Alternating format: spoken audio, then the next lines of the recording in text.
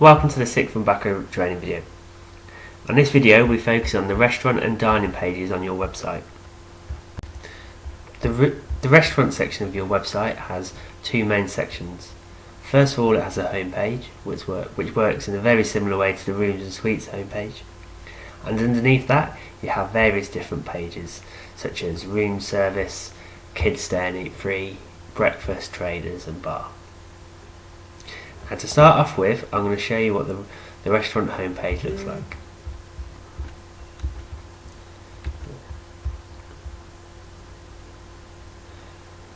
At the very top we've got the banners, which we've covered in the past. And then we have the pages that live within this section. So we have room service, obviously, award-winning breakfast, our new menus, the restaurant, etc. And this content is actually controlled by those pages themselves. So the room service content here is controlled by the room service page. Now if you remember back to the last video when we went through the rooms and suites, this worked in the exact same way. Now the rest of the tabs on the restaurant homepage have all been we've covered in the past, so I'm going to move straight onto one of the actual restaurant page themselves. So I'm going to click into Traders, which is this hotel's restaurant. And then a lot of the tabs we've seen in the past. So first of all, we've got summary content, which as I just discussed, pulls through to the restaurant homepage. So we've got the summary header, subheader, text and the summary image. Next we've got the content tab, which works in the exact same way.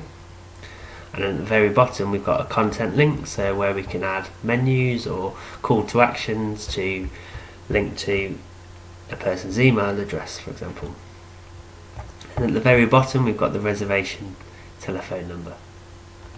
In here you shouldn't need to update this, but if the phone number did change, this is where you would change it. And now I'm going to quickly talk you through adding a content link, which should be familiar by now. You've got the link title, so this is where you would put download menu, and then the link URL will be the URL to the PDF. And if you wanted to add it in open a new window, you tick yes and then click add. The next few tabs we've covered in the past, so now I'm going to move on to opening times. This is very straightforward. You've got the ability to add opening hours for breakfast, lunch and dinner. If you are one of the hotels that has all day dining, what you would do in the breakfast text is add all day dining. And that concludes the video on how to update your F&B pages on your independent website.